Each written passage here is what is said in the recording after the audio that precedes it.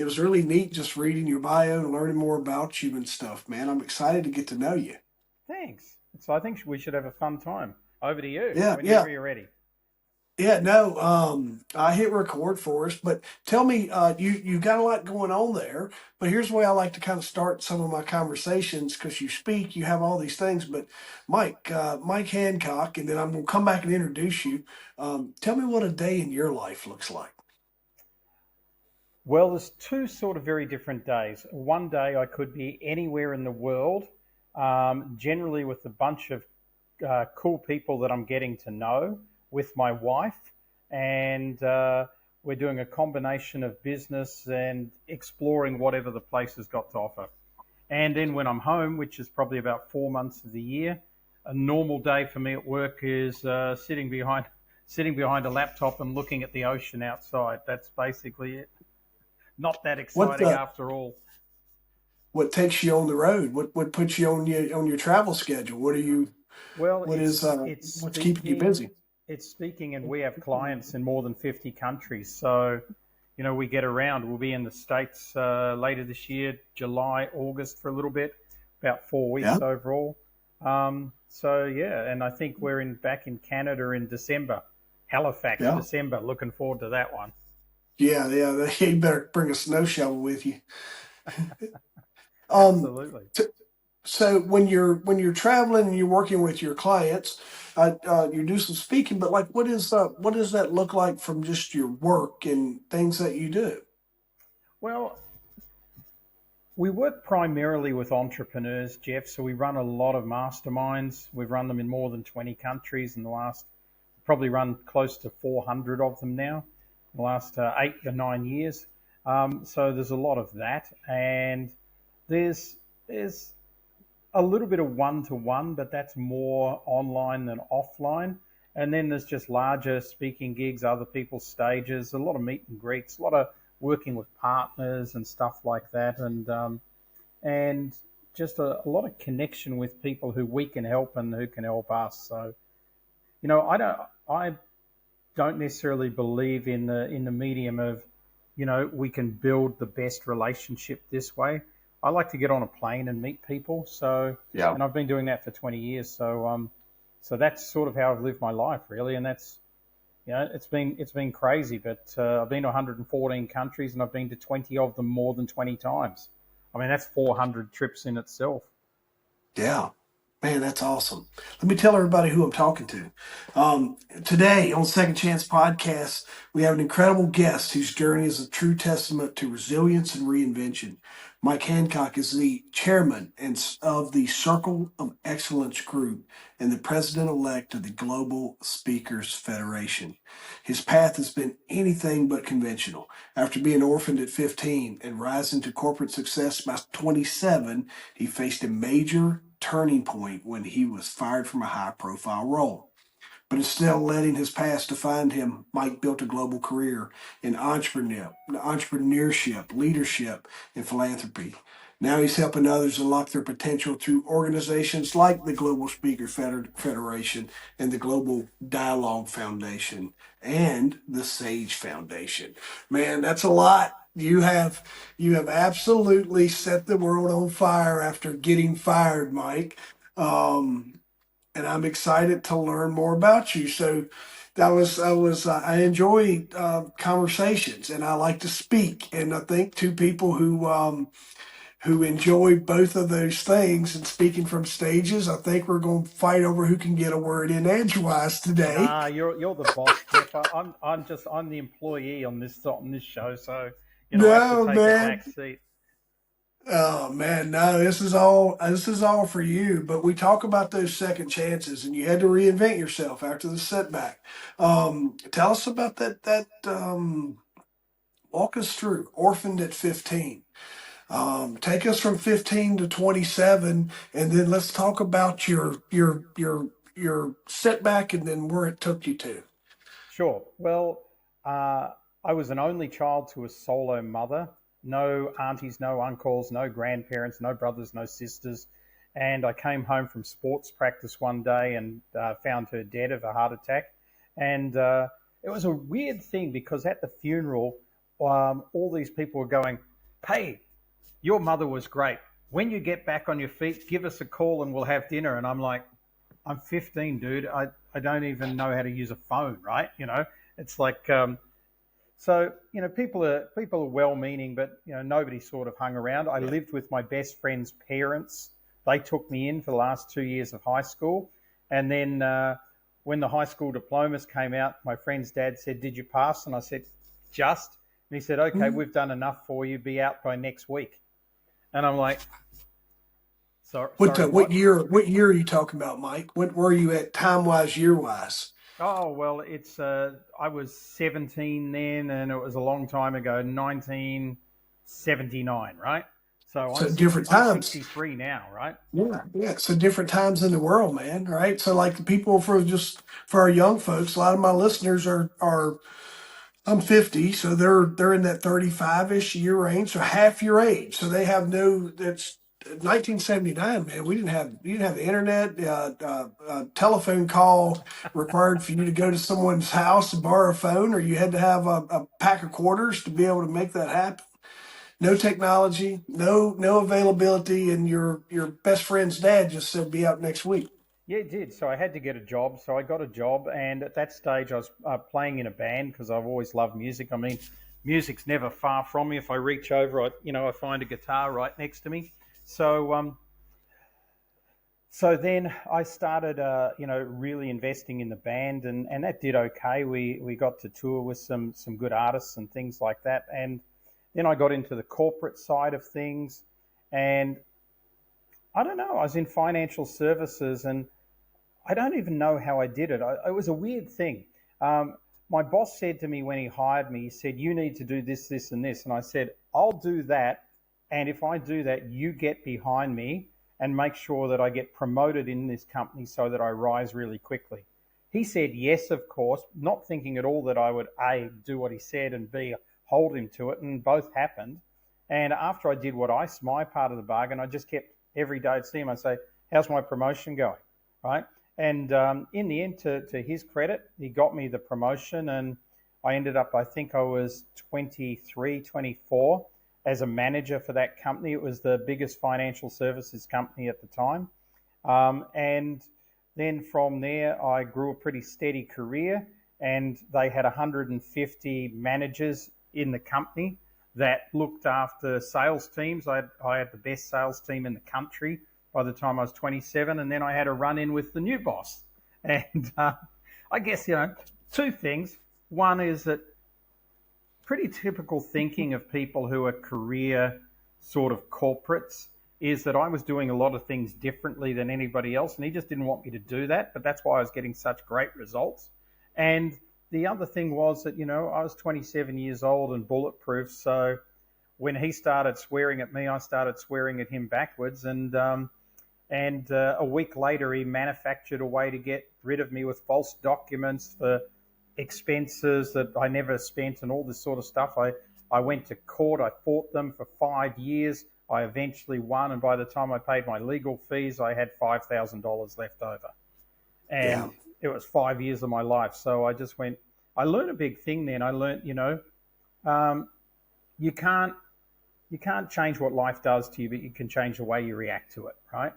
So if I had just walked away and got on with it, I would have saved myself a lot of anguish. But no, I had to prove I was right. So I'm not so worried Well, about being and right listen, these days. Mike, is that because of that lack? I ain't too far off of you. 15, I kind of was off on my own a little bit more than probably what I should have been. And I can remember being 26, 27 in some pretty significant roles, and bosses change or whatever, and they come in. I was a top performer when and new bosses came in. They didn't like old Jeff. Do you think that attitude and some of that fight to keep what you felt like you had worked so hard with, you didn't see, you were chasing old money, didn't realize new money was coming into your life, right? Where do you think that came from? Well, I really think that I felt I'd created a system, if you like, there, and I was well respected in the company. It was a really weird situation, and I felt that I was doing things differently, and I was showing people a new way of doing things, which a lot of people were starting to do things the way I was doing them. And then just because He thought I was too young, too much of an upstart, and he didn't want me to do some things that way. Um, we just fell out. We literally fell out. It was Yeah. just like, I call it, as a musician, I call it soul notes. There's certain notes that just don't sound good together when they're played, right? And his soul and my soul just didn't resonate. But then to make matters worse, because I know your show is really about sort of picking yourself up and moving on, is that when I tried to get a job with the biggest competitor who had courted me for years, um, and again, I was only 27, my boss rang the CEO of that company and told them a whole bunch of lies.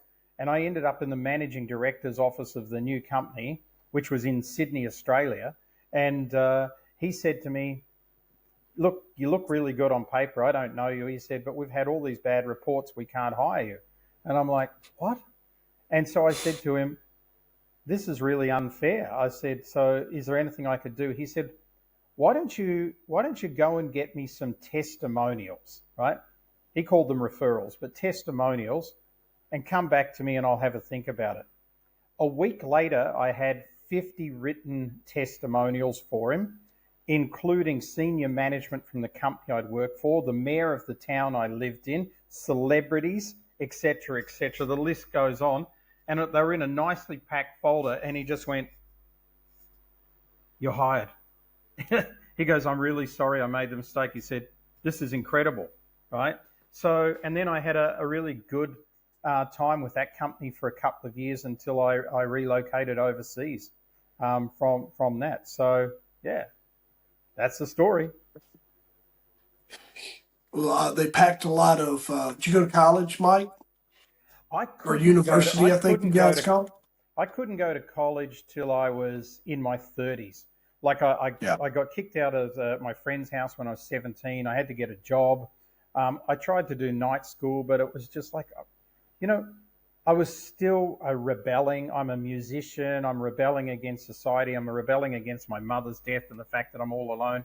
Not in a bad way. I mean, nobody in my band did drugs or anything like that. But you know, I used to stay up late and I couldn't be bothered doing anything. And still to this day, I don't like bureaucracy.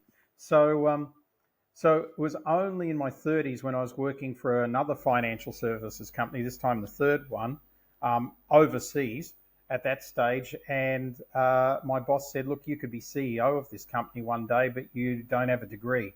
And I thought, "Oh crap, I've got to get a degree." And in this is a great lesson. So I went and registered at the university to doing it extramurally, and I was doing a business degree. And I went to all the heads of department, and I basically sold them this story. I said, "Listen, I've got to do this degree in record time. I've got no time. My job is incredibly hard.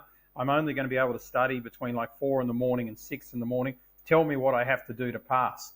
And they all told me. They used to get out the books, right? And they'd go, "There's a book. No, we never examine you on that section. Don't worry about studying that. Oh, you definitely have to do that." Every single one of them told me that. I did that. And I went from my last year in school, I got middle marks, like a couple of C's, a couple of D's. I got one A, which was for English literature. And I went from there to university 15 years later, I think it must have been. And I got straight A's and topped the country in 2 subjects. But I can That's promise you awesome, this, man. I didn't remember one thing that I'd studied. Yeah.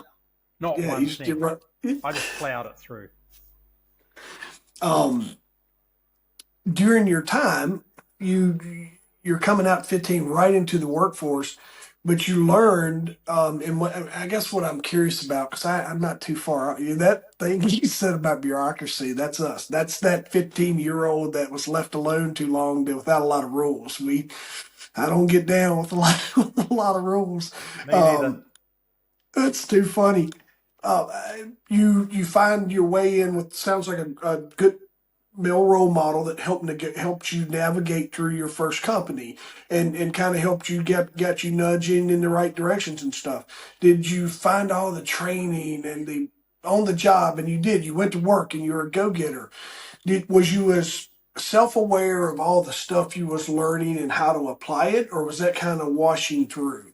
No, I was very aware of it. I think I had an amazing mentor. I think I've only had two mentors in my life, and they weren't Tony Robbins or Jim Rohn, but Yeah. one of them was a little Croatian guy called Steve Bielos. In fact, I just caught up with him last Christmas, and he's 82 or something now. But when he left his country after the Second World War, actually he wrote a book about it. It's a fascinating story, but because it was a communist country, and he had to whole breakthrough and run for his life, and he was chased by people all the way through France, etc., etc. But when he got to Australia, which is where he moved to, because I was born in Australia, lived most of my life in New Zealand, and now live in South Africa, and I did live in the US for a while in LA. But when he got to Australia, he didn't speak any English, so he went into financial services sales to learn how to speak English. I mean, it's the weirdest thing. And Yeah. he taught me how to sell. He taught me how to relate to people. And he still says to me to this day, he says, you are so impetuous. If you can just tone that down, you'll be far more successful, right? Because I'm just like bull at a gate with everything. So he's always tried to just tone me down. And he was just a fantastic mentor. So because of him, I was very aware of the learnings I was having. I was very young. In that industry, most of the people were well over 40 that were working for me. So most of them over 40, 50. Most of them were men in that day and age. I'm talking the 80s at that stage. And yeah, it was a fantastic grounding for my life, I think. Yeah. Um, Positive male role models, right? And I speak to that sometimes too, right? It's just when you're in that bad spot, if you don't have that father figure in your life, or you're struggling in that area, it's finding those positive people, especially like what you did. I don't know whether financial services you stumbled your way into that or whether you were looking to go into that, but finding someone who's where you want to be and going and connecting with them and seeing if they will help you and mentor you, and just like some of the folks that you met, man, that job comes to an end and it helps kick you on your entrepreneurial journey. Tell us about that. Well, I got to being senior manager of what was New Zealand's biggest financial services company. I was in charge of all their marketing and sales. Had 4,500 people reporting to me at one point or another. And I used to have to go to the board meeting every week, and I used to have to fly to it. And so I'd fly to this board meeting, and I'd sit in the board meeting with the CEO and the other seven, um, you know, chiefs of this, CFO, CIO, UFO, all the people were around the table, right? And I just used to look at it and go, these people just want to get paid. They couldn't give a damn about this company, and they Yeah. don't come up with an original idea because if they do, somebody may take it on, it may fail, and then they're in trouble, and their bonus may get lost. I've got to get out of this. And the kicker for me, Jeff, was a guy who worked for me as the marketing manager came to me, and he was 55 at the time. I was at 39, I think. And he came to me and he said, we're going through all these changes. I can't lose my job. I've got kids going to university. I have to pay them. Please, you've got to look after me. And he literally was crying. And I thought, I never want to be in that position. Yeah. So I have to remove myself from corporate and become the master of my own destiny. Ooh, man. Master of your own destiny. That's not Um, necessarily a good thing. no, but like I remember having that moment, and the way you framed it is different. Like I just decided I wanted to bet on me, take a chance on me, and just go see where my story takes me. And so very very similar. I worked like I was comfortable, man. We had two kids. I got married. I had life was just churning along, man. When I got to about that 8 year mark in of a 10 what ended up being a 10 year career inside of this company, learning everything, running everything, like just dialing in my marketing skills and just job skills coming to me. And I kept saying, like, man, I wonder what else is out there. I wonder what else is out there, right? I just kept questioning, like, Yep. man, is this what I'm supposed to be doing? And one day I just went, I talked to my wife and we created an exit plan for us. And then I went to the owners and was like, hey, man, I want to go do me for a while. That's And awesome. I've been, yeah, say similar thing. I probably I seek success where I feel like you found it.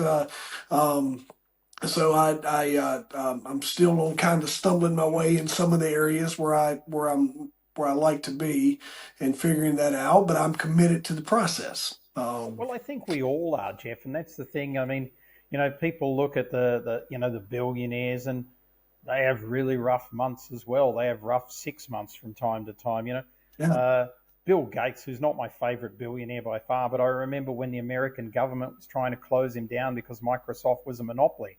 How would you like yeah. that? You've worked all your life, you've become this, mega billionaire, and now the government wants to close you down? Like, seriously?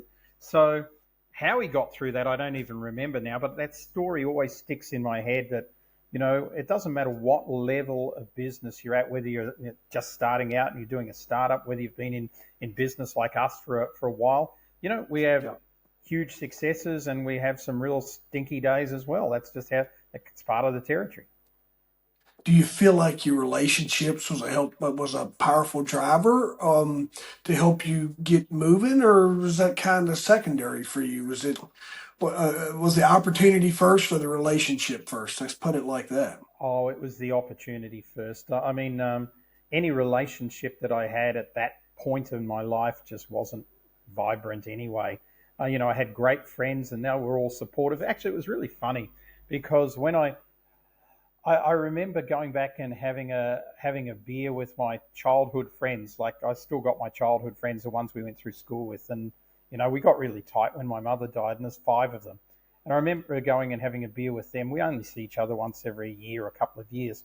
And one of them, strangely enough, is now like CEO of a bank. I mean, he's done super well, like really well. Yeah. But and this was when I first was thinking about coming out of corporate. And one of them said to me as we were having a drink, they said, "What are you going to do in the next 10 years?" And I thought, oh, here it goes. I'm going to tell them. And I said, well, at that stage, I wanted to come out. I wanted to do speaking. I wanted to do a couple of other things. I thought, how am I going to frame this? And I said to them, I think I want to be New Zealand's Tony Robbins. And I Yeah. waited for them to burst out laughing and just give me all the crap that they could. And they just looked at me and went, you'd be pretty good at that. And Right room, right people. it was like the biggest rubber stamp I could ever imagine, that these people who I'd gone through my life with didn't take the piss out of me for that. They just said, no, you'd be pretty good at that. And I think it gave me confidence. So they were the Yeah. relationships, I guess, that supported the transition. It takes you on to your circle of excellence group. Is that your first landing spot? Is that where you landed first, or what was your first creation? No, my first creation out of corporate was a combination of a property investment company and a property seminar series I that I got you. used to run to sell property investments. And I had that for some time, and then we franchised it, and then basically the global financial crisis destroyed it, and I lost $3 million in a week. But apart from that, it was going pretty well. Circle of Excellence started under another name in 2006, so it's 20 years old next year, and it's just grown and taken a life of its own. My wife and I run it. I'm the chairman; she's the CEO. As I said, we've got 5 companies in the group, and clients in more than 50 countries. And we really just do one thing. We do it in a multitude of different ways, but we just do one thing, and that is we help conscious leaders. And I'll describe what that is. It's a person who making a difference is as important as making a profit. We Yeah. help them to play a bigger game than they ever believed possible. So there's many ways in which we do that, and we've just got such great clients. I mean, we've never had a bad client in 20 years. I mean, I can't think of one. So it's What it is sort of kicks on without us. give us a taste of that? Like when you say, when they want to, how you just said that spoke to me, man. Where they're looking for purpose, right? It's not just about dollars. It's how do you give us an example of, yeah, whatever it looks like from your side of what that looks like, or maybe just a quick little overview of, Sure. hey, this is a company that we jumped in with. Sure. Well, I think it's the simplest things. The one that sprung to mind when you asked the question, Jeff, is a guy called Richard Hardiman. And I met Richard. He was a DJ on a radio station, and he interviewed me, not dissimilar to you are, over 10 years ago. And so after we got off air, like he was just a really good guy. We connected, and then he came to one of our events about the next year, I think it was, because it was actually in South Africa. I wasn't living in South Africa at that stage, and he's from Cape Town. And he said, Mike, I've got this idea, and I've told a few of my friends, and they think it's the stupidest idea they've ever heard. Can I tell you? I said, sure, tell me. He told me his idea, and I said, Richard, I think that's one of the best ideas I've heard in many, many years. Let's put some structure around it. Now, that was 12 years ago, I think, maybe 11 years ago. That company is currently in 2025 being listed on the New York Stock Exchange. Really? It's called Ran Marine, and his stupid idea that he told me all that time ago was that he wants to design a boat that looks like a shark and wanders around the harbors of the world and chomps up waste like plastic bottles and rids the harbors of them. I said, I think it's a freaking awesome idea. And these days with, AI and robotics and everything like that, it's gone to another whole level. He's based out of Rotterdam in the Netherlands. He's been living there for the last 6 years. He's a phenomenal guy. And and the beautiful thing is when he listed, his wife asked him, I don't understand how wealthy we're going to be. Can you explain it to me? And he said, well, if it goes okay, you can add up all of the wealthiest people we've ever met in our life, and we're probably going to be more wealthy than all of them. And I just think that's fantastic. Yeah. That's a great example of someone who wants to make money. Which business said, look, you want to be in business, but get comfortable making money because that's if not, go be an employee and get someone else to give you their money, right? Yep. So that's an obstacle that I watch entrepreneurs, especially the new ones when they're coming out, and I struggled with that. It's just that trying to make your first dollars and not feeling like you're greasy or whatever. But it's a mindset shift that you have to just get comfortable with enjoying money, and then when you find the purpose that aligns with that will and what your client is doing will absolutely change the world. I mean, that is a game changer. Um, Man, such a cool story. Thank you for picking that one, man. Well, And you you've placed got it in my mind. countless. Yeah, that's right. That's right. Amongst all of your clients, is there particular traits that you see or that you're able to pull out among them? Is there particular things that you see like, man, when I work with people, I end up seeing these three things because there's a commonality, it sounds like, amongst all of them. You're absolutely right, and there is. The first one is a really interesting one that we picked up. They all have manners. And it's such a weird thing because so many people these days don't have manners, right? Like they'll cut across people in restaurants when they're talking. They'll shoo somebody away. They'll do that sort of thing. If a beggar comes, they'll just go, get out of here or something like that. All of our clients, and I'm not talking about the ones who buy books from us or maybe do an online course, but all of our clients that we personally know have really awesome manners. And I find that really interesting. The second one is that they've all got a way in which they want to see the world. They want to see common sense returned. They are against a lot of the stuff that's gone on in the last 10 years in the world generally. So they want to see the return of common sense. They want to see the return of fairness in the world. Okay, so that's a big one. And I think the third one is every single one of them is prepared to leave the world a better place, even if it costs them a few bucks and they don't quite get the cash they want to. And that's a big one. And we don't, how do you tell that in a person? I don't even know how we attracted it, Jeff, to be honest. But it's a sort of thing where, like I've got a client at the moment, he's been with us for 5 years. He's launching a new aspect to his business. It's just gone gangbusters. It's gone so well that he says, look, I think it's going so well that what I'm going to do is all the people that basically bought from me in the first 3 months, I'm actually going to give them a share in the company. It's like, so they can, yeah, and it's like just one share, but they'll all get it. And that's like 20 of them, and it's huge, right? So it's that sort of thing that I notice with people.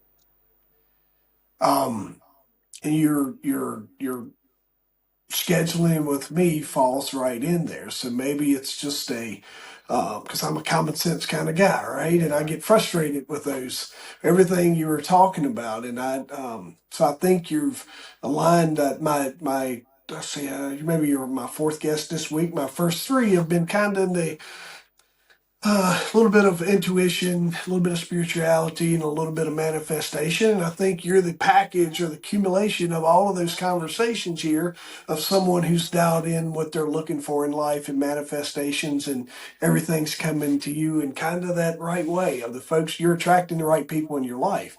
That's a superpower, man. Well, I think action creates traction, and traction Yeah, creates attraction, right? So yeah, if you write down the word attraction, everybody, you'll see the word action in it, and you'll see the word traction in it.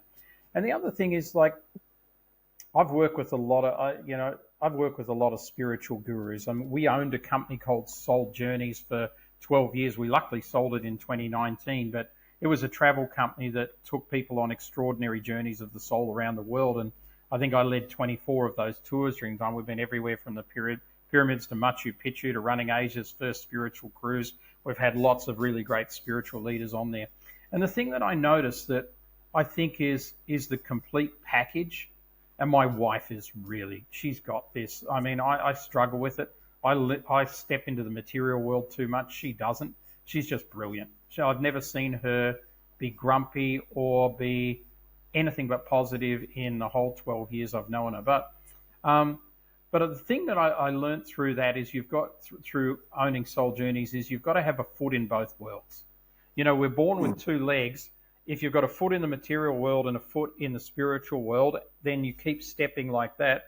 You lead a pretty balanced life, and things seem to yeah. work out. Your manifestation seems to work out. If you do one or the other too much, it's like you're hopping through life. It's hard to balance. It's really hard to balance. So I lean more to the materialism, even though, you know, my fascination and what I've studied for a lot of my life is ancient cultures and mysticism and esoterics and stuff like that. But I'm still the guy who goes, right, what have we got on this week? You know, I'm that guy. Whereas Lundy, my wife, is sort of like, um, why don't you not get on your laptop in the morning? And she doesn't even have an email address. Why don't you just go out on the balcony with a cup of coffee and watch the ocean with your journal for an hour? I get it. I know what you. I know what you're talking. I have friends like that. Like Jeff, you need to be outdoors more.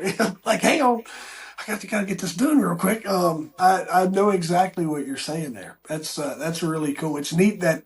How did you meet your wife? At an event, Yeah. I ran an event brand which we still own, which is called Entrepreneur X Factor. And the concept of it was that we would go and to various cities, and entrepreneurs would come and they'd pitch their business, and it was sort of like a part personal development event, sort of like a part Dragon's Den, and then the audience would vote, and then we had a winner in the city, and that culminated in a winner globally, etc. And when I came to South Africa in 2012, um, she was at that event, and she was the winner of that event. 95% of the audience voted for her, and I obviously fell in love with her on the spot. But 6 months later, through the process of just working together, because we put a book together on all the winners, we just got to know each other, and it was so weird. Life's so weird. I was having a Christmas Day function at my house in Auckland, New Zealand, with some of my friends, about 10 of them. One of my friends said, "So, are you in love with Landi?" And I said, "What are you talking about, dude?" And he's like, "Well, every time she posts on Facebook, you comment within about 4 seconds." And before that, I hadn't actually put two and two together. And I went, "Oh my goodness, I am in love with her." So Boxing Day, I bit the bullet and contacted her and said we'd never had one even slightly romantic discussion, Jeff. It was pure talking about the world, talking about business, talking about spirituality, just like friends. And I told her the story of what happened the next day. And I said, do you want to know my answer? She said, yes. I said, drum roll.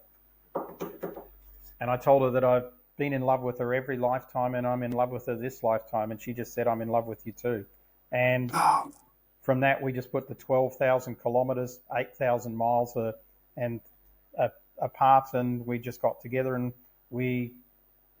I can't remember the last time we spent a day apart. It would be probably 10 years ago when she got bumped off a flight. And yeah. that was it. Apart from that, we're with each other 24/7. You ever think back to that 15-year-old kid?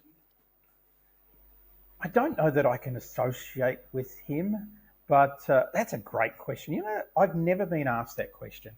Um, I think back to Drum him. roll, Mike. Drum Drum roll. roll. You've done well, Jeff. You've done well. No, I'm serious, I man. don't think Because I look, do. I had a conversation earlier, man, and I have to really, I have some pretty hefty boundaries up, and some things I'm just not willing to go back and. But here lately, some things have ripped back a couple layers of, and so I let myself kind of go back there about, all right, dude, I learned to kind of be proud of myself, like going back and kind of in my time machine heads, going back and telling that kid like, hey man, everything you're gonna do is gonna turn out just fine. Just keep doing it, right? Or just, but like because listen, man, when you literally hit by yourself. Um, my mom was at least still in the picture, right? I had an aunt. You have so just point being, it's like, do you let yourself go back to that talk to that kid or talk to that 15-year-old side of you? I think I have done at times, but definitely not recently. And yesterday was the anniversary of my mother's death. I think it was 47 years or something like that ago, right? And so we light a candle, and we said a prayer for her when we sat down to dinner. But I don't go back to who I was then. I just see it. It's something that happened. Um, you know.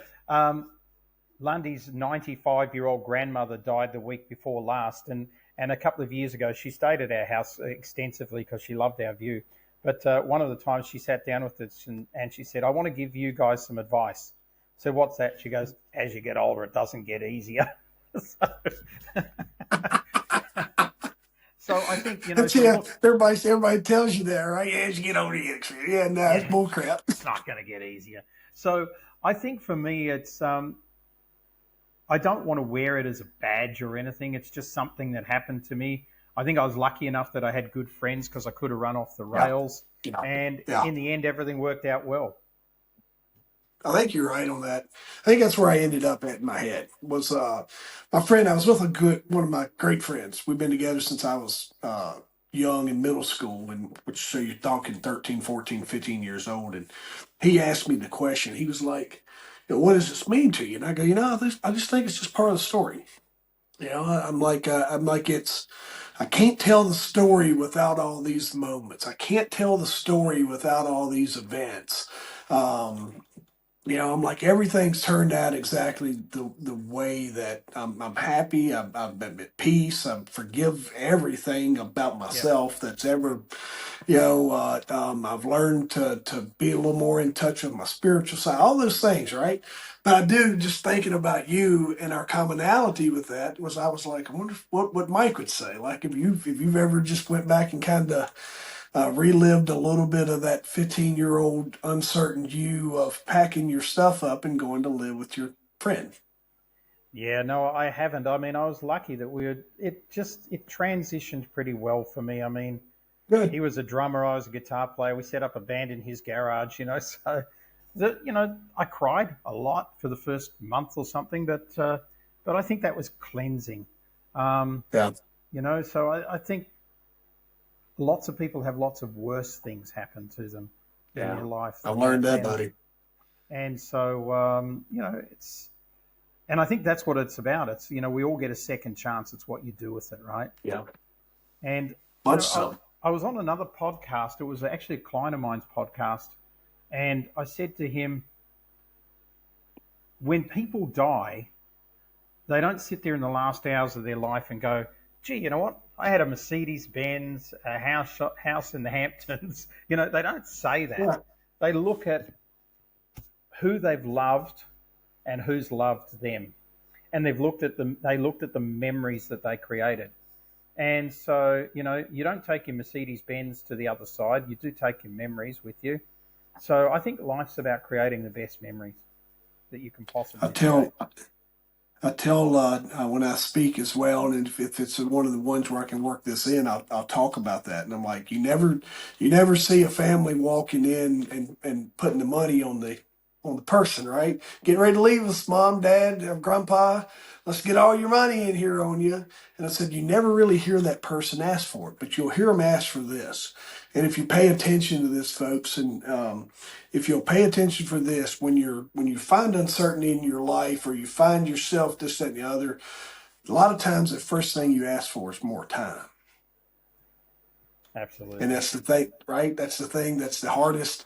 It's hardest to make. We can't make it, but we can create it through wealth. We can create it through better management, all those things. But there's 24 hours and it's going to go and we have to manage that. And if you could say, I wish I had one more breath or I had one more whatever, we're just asking for time. Absolutely. And I think that's why we can't waste it. That's why you've got to do what's in your heart today. Tell me real quick, talk to me about your president-elect of the Global Speakers. That's got to be a big deal. Yeah, no, I'm really excited about it. It's like a pinnacle job, and of being in the speaking business for 20 years now. Uh, it covers 55,000 speakers in more than 35 countries, and I'm part of the board. I've been part of the board now for a couple of years. I become president in July, so in Phoenix, Arizona. I'm going there, or Scottsdale, really, and and so then it just gives me an opportunity to influence thought leaders from around the world and again try and make the world a better place. So that's Yeah. part of it that I'm really looking forward to. And, the people that are in the associations that work underneath the badge of what is the Global Speakers Federation, they're in the boardrooms and conference rooms of some of the biggest companies in the world. So I think if anything, myself and others that are in leadership can do to help them influence positively in all the ways in which we've talked about today, Jeff, I think that would be a nice legacy. Yeah. I ain't disagreeing with you there, brother. Mike, how do you want folks to get in touch with you? You can snap me on LinkedIn. So Mike Handcock with a D. There, just look for Mike Handcock Circle of Excellence, or simply go to our website, which is circleofexcellence.biz, and you'll find me there.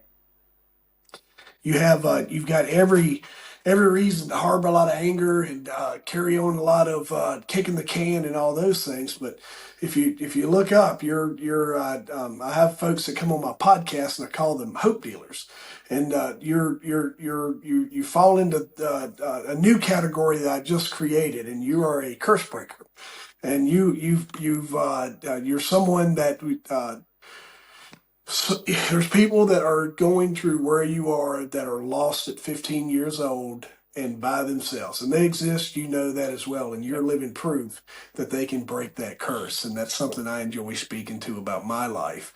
And I'm glad that ours crossed Me paths, too. and I got to learn about your story, man. I can't wait to follow you. I sent you, I sent you a friend request there on your Instagram, so we can connect through there and keep this conversation going because you're doing amazing things, man. And can't appreciate you enough for being with me today.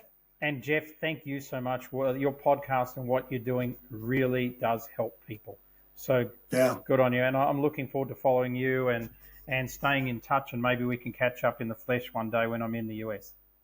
Absolutely love it. But when you hit here, but I got to make that South Africa trip too. So maybe it'll be twofold, and Hook up with we can me, and, catch up. and yeah, we'd love you to over here. You'd love it. It's a great country. Yeah, I'd absolutely love it. Look forward to all that, Mike, and I'll be catching up with you soon. Okay. Bye, Jeff. Bye, everyone.